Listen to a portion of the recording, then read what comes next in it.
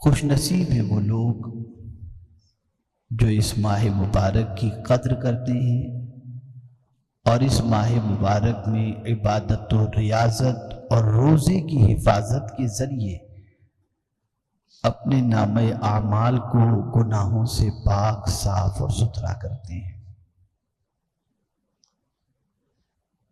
یہ ماہ مبارک جس کا نام رسول اعظم صلی اللہ علیہ وسلم نے شہر الصبر بھی فرمایا اور شہر المواسات بھی فرمایا، یہ صبر کا مہینہ ہے، غمخواری کا مہینہ ہے۔ روزے سے متعلق آپ جانتے ہیں کہ صبح صادق سے لے کر غروب آفتاب تک بنیت عبادت، کھانے پینے اور عمل زوجیت سے اپنے آپ کو روکنا، اس کا نام ہے روزہ۔ لیکن اس ماہ مبارک میں صرف انسان مسلمان دن میں روزہ ہی نہیں رکھتا، بلکہ اس ماہ مبارک میں مسلمان رات کو اللہ کی بارگاہ میں حاضر ہو کر 20 رکعت تراویح پڑھنے کا شرف بھی حاصل کرتا ہے۔ دو حدیثیں آپ کی سماعتوں کے حوالے کروں، ایک کی تلاوت میں نے کیا، دوسری حدیث مبارکہ ہے من صام رمضان ایمانا و احتسابا غفر له ما تقدم من ذنبه۔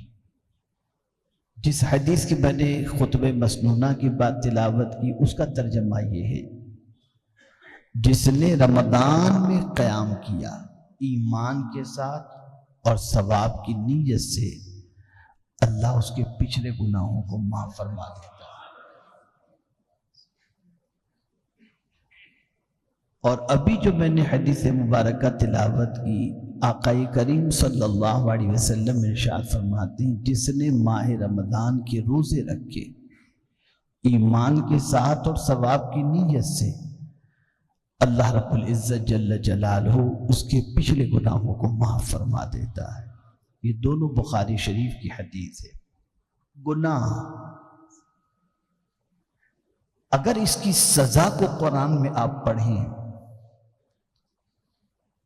تو گناہوں کی سزا کو برداشت کرنے کی طاقت کسی انسان میں نہیں۔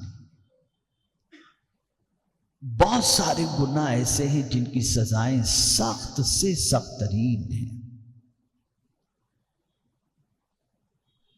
اور ان گناہوں کی سزاؤں کے تصور سے اور اللہ کے عذاب کے تصور سے صحابہ لرزتے تھے، کانپتے تھے،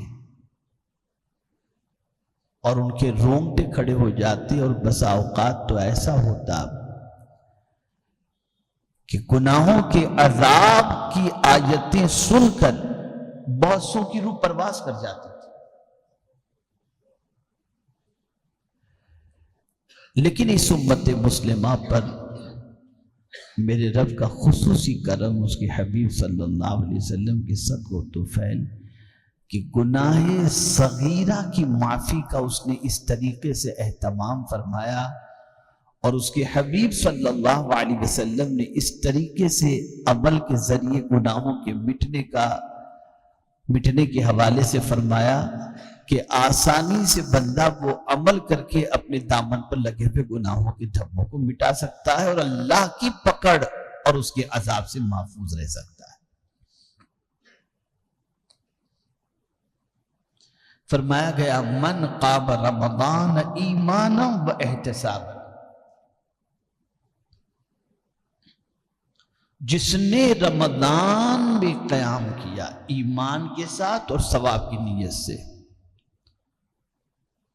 یعنی ماہ رمضان کی راتوں کے اندر اس نے نفل پڑھے۔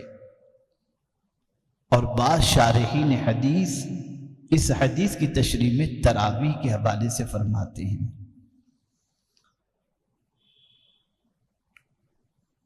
تو جو شخص ماہ رمضان کے اندر نفل تراویح اس کے لیے کھڑا رہا، ایمان کے ساتھ، یعنی مومن بھی ہے، اور کھڑے رہنے کی نیت کیا تھی؟ ثواب کی نیت سے۔ تو رسول اعظم صلی اللہ علیہ وسلم فرماتے ہیں اس کے اگلے یعنی پچھلے گناہوں کو اللہ معاف فرما دیتا ہے۔ بہت سارے مسلمان شروع کی تراویح کے اندر یعنی ابتدائی ماہ رمضان کے اندر تو تراویح میں نظر آتے ہیں اور پھر اس کے بعد غائب ہو جاتے ہیں۔ سب سے پہلے آپ سمجھیں کہ تراویح کے معنی کیا ہوتا ہے۔ تراویح کے معنی کیا ہوتا ہے؟ ہم کہتے ہیں تراویح پڑھنے جا رہے ہیں، تو تراویح کے معنی کیا ہوتا ہے؟ تراویح یہ ترویحہ کی جمع ہے اور اس کے معنی ہوتا ہے کچھ دیر آرام کرنا۔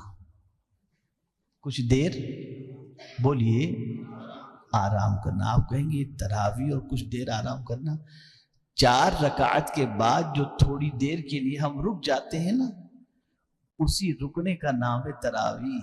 یعنی کچھ دیر یہ رک جاتے ہیں، 4 رکعت کے بعد تسبیح وغیرہ پڑھتے بیٹھ جاتے ہیں، اسی کو کہتے ہیں تراویح کے معنی یعنی آرام کرنا۔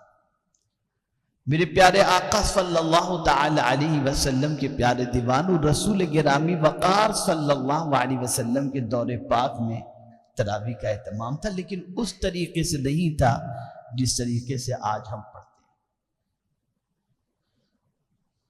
یہ سلسلہ شروع ہوا سیدنا فاروق اعظم رضی اللہ المولا تبارک و تعالی عنہ کے دور پاک میں، کہ سیدنا عمر ابن خطاب رضی اللہ المولا تبارک و تعالی عنہ مسجد نبوی شریف میں تشریف لے گئے تو ماہ رمضان میں آپ نے دیکھا لوگ الگ الگ اپنے اعتبار سے نماز پڑھ رہے ہیں، تو آپ کے ذہن میں یہ بات آئی کیوں نہ کسی امام اور کسی اچھے قاری کے پیچھے ان لوگوں کو سب کو جمع کر دیا جائے۔ تو سیدنا فاروق اعظم رضی اللہ المولا تبارک و تعالی عنہ نے حضرت ابی ابن کعب، اللہ اکبر اللہ اکبر، کیا قرآن پڑھتے تھے۔ ان کا قرآن پڑھنا ایسا تھا کہ چلتا آدمی رک جائے، ایسا قرآن پڑھتے تھے۔ اور رسول اعظم صلی اللہ تعالی علیہ وسلم نے جن 4 لوگوں سے قرآن سیکھنے کے بارے میں فرمایا، ان میں سے حضرت ابی ابن کعب رضی اللہ تعالیٰ عنہ بھی ہیں، وہ سید القراء ہیں۔ آج تو قاری اچھی آواز میں قرآن پڑھتا اسے قاری کہتے ہیں۔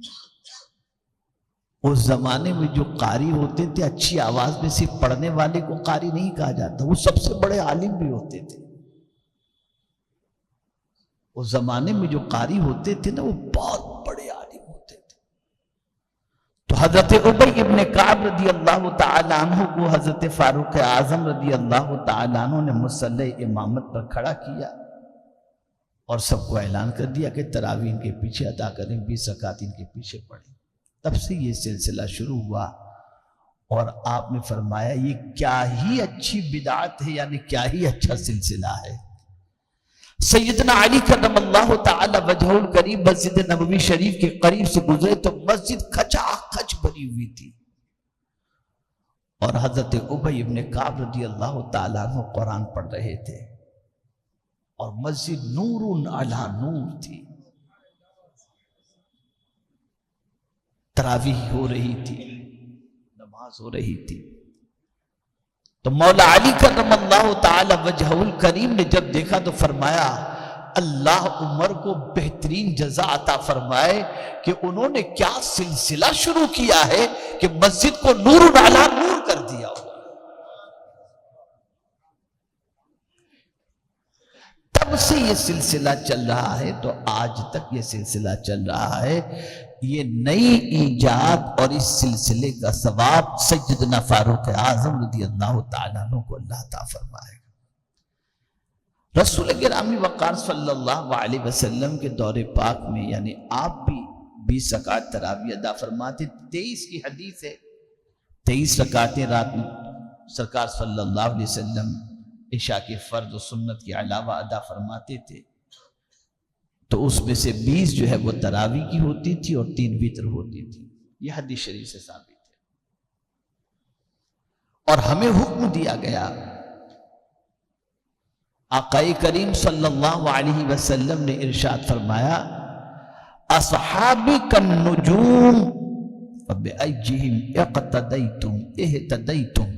سرکار صلی اللہ علیہ وسلم فرماتے میرے صحابہ تاروں کی طرح ہیں، ان میں سے جس کی بھی پیروی کرو گے ہدایت پا جاؤ گے۔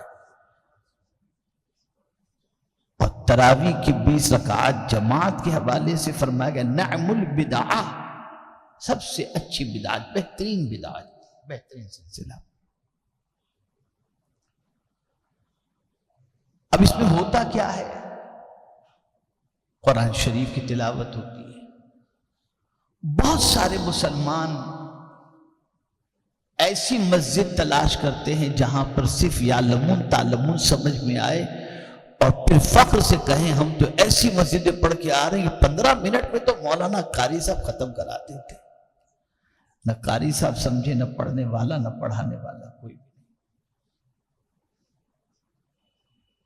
آپ کو نہیں معلوم کہ قرآن کیسے پڑھنا چاہیے۔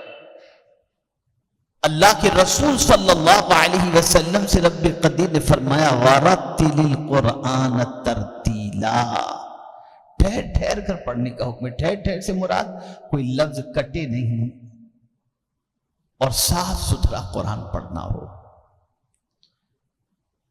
میرے پیارے آقا صلی اللہ تعالی علیہ وسلم کے پیارے دیوانوں، جہاں قرآن پڑھنا ثواب ہے، وہیں کسی سے قرآن سننا بھی مصطفیٰ جان رحمت صلی اللہ علیہ وسلم کی سنت مبارکہ ہے۔ اور ماہ رمضان یہ اتنی برکت والا مہینہ ہے کہ وہ لوگ جن کو قرآن پڑھنا نہیں آتا اور نہ وہ قرآن سیکھنا ضروری سمجھتے ہیں، تو قرآن ختم کیسے کریں گے؟ اور جب قرآن ختم نہیں کرتے تو میرا مولا چاہتا ہے تو مسلمان یہ پورا قرآن سننے کا ایک بار شرف حاصل کر لیں، تو تراویح میں حافظ پورا قرآن پڑھتا ہے اور پیچھے کھڑے رہنے والا بندہ پورا قرآن سننے کی دولت سے مالا مال ہو جایا کرتا ہے۔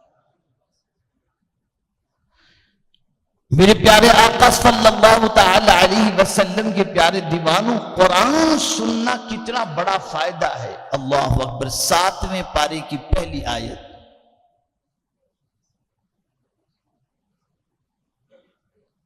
جس میں رب قدیر جل جلالہ نے ان لوگوں کا تذکرہ فرمایا جو قرآن سننے کے بعد جن کی جو کیفیت بنتی تھی وَإِذَا سَمِعُوا مَا أُنزِلَ إِلَى الرَّسُولِ تَرَىٰ أَعْيُنَهُمْ،